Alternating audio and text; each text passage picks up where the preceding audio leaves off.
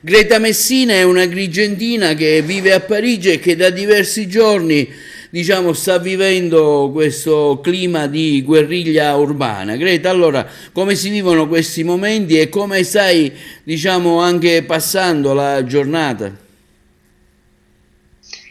Si respira un'aria di forte tensione e di ansia data principalmente dal fatto che non si può uscire.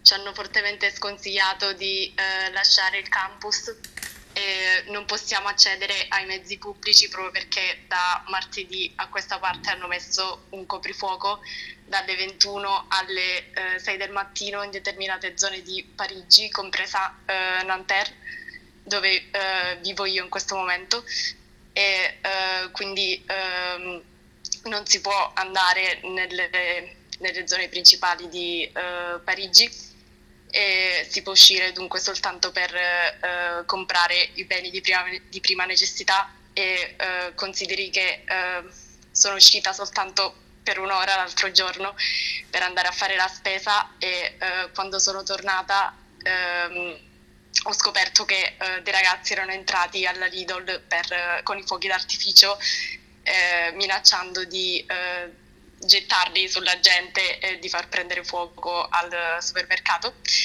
e niente, quindi si respira un'area di forte tensione e angoscia.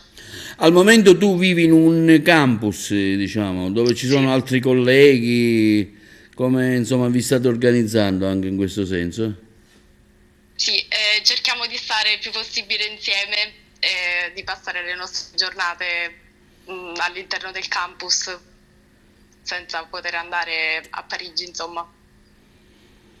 Ma so che già la situazione sta un po' migliorando. Ieri sera abbiamo visto che il presidente francese ha fatto visita a una gendarmeria, insomma, ai poliziotti. Si ha l'impressione che stia un po' calando la tensione?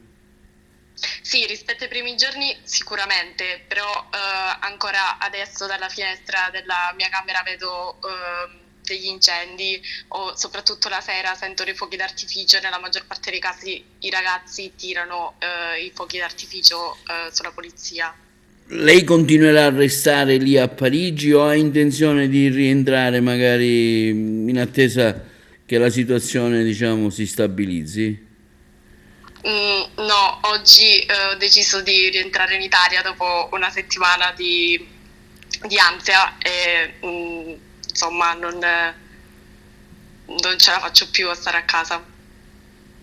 Scusa, una ultima domanda. Come mai si trova a Parigi? Quali sono le sue ragioni? Quest'anno ho fatto un Erasmus con l'Università di Bologna, faccio il doppio titolo di giurisprudenza italo-francese.